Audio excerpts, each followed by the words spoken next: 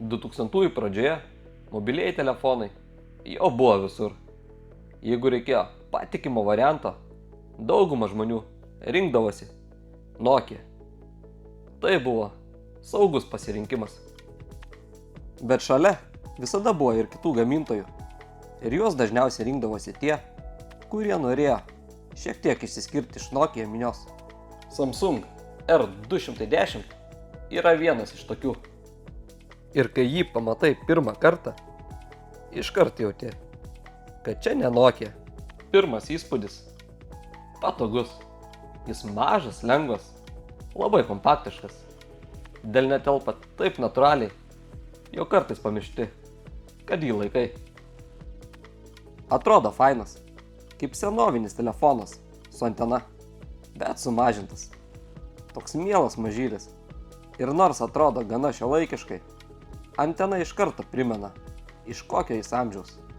Įdomu ir tai, kiek toks telefonas kainavo tuo metu.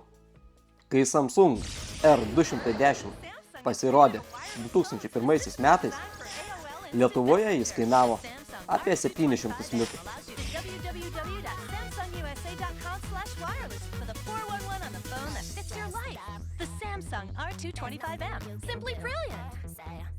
Po maždaug metų jį jau buvo galima rasti už maždaug 400 litų. Ir kai dabar pamatai tuos skaičius, supranti, kad tai vis tiek nebuvo pigus telefonas. Vienas įdomiausių dalykų – jo ekranas. Jis šviečia mėlynai. Simboliai tamsus, vaizdas visai kitoks nei buvom įpratę tuo metu. Tamsoje klaviatūra blankiai žalia su keliais raudonais akcentais, o ekranas tuo metu ryškiai mėlynas. Toks keistai įdomus kontrastas. Viršuje dar viena įdomi detalė – maža ryšio lemputė. Kai telefonas pagauna ryšį, jį ramiai mirksi kas kelias sekundės.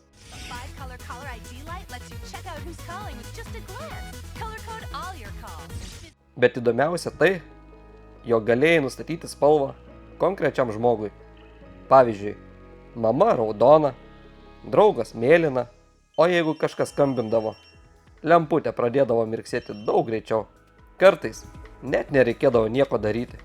Užtekdavo pažvelgti į telefoną ant stalo ir iš mirksėjimo spalvos jau žinodavai, kas skambina. Naudotis juo paprasta.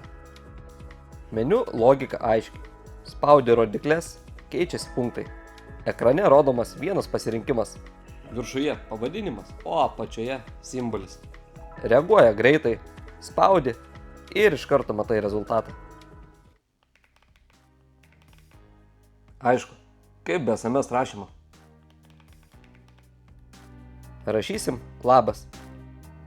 Reikia truputį palaukti, kol leidžia spausti tą patį mygtuką dar kartą. Spaudi, lauki, dar kartą lauki, bet greitai pagauni tempą ir pripranti. Melodijos čia labai savitos.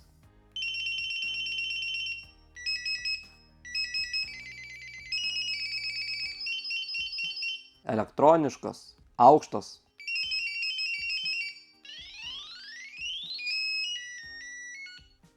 Kartais net per aštras ausiai.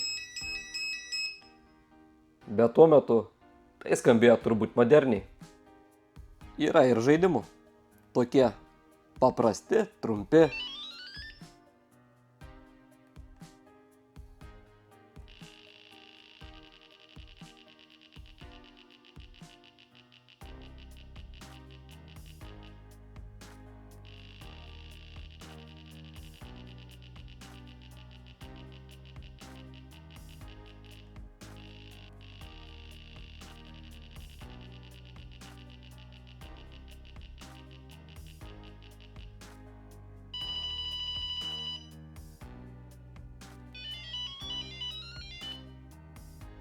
Kurmis pats smagiausias.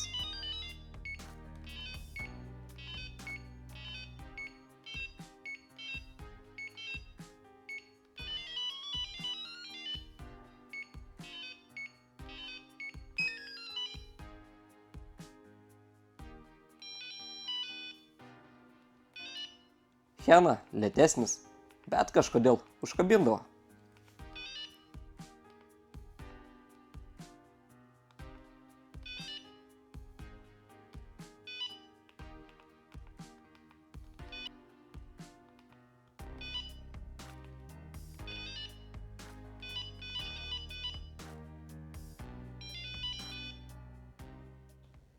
Šiame telefone yra ir keistų dalykų.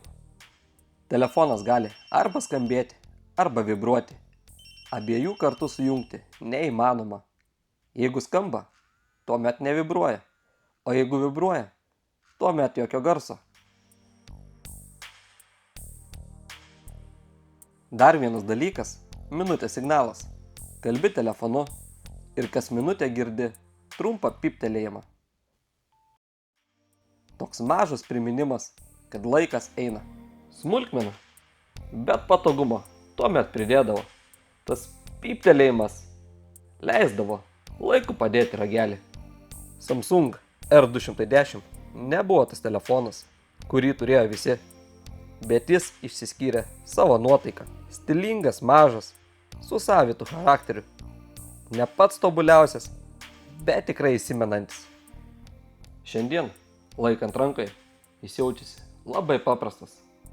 Bet tuo metu jis tikrai atrodė lyg kažkas naujo. Aš Laimonas, o čia 53 archyvas. Vieta, kur sena technologija vėl atgyja.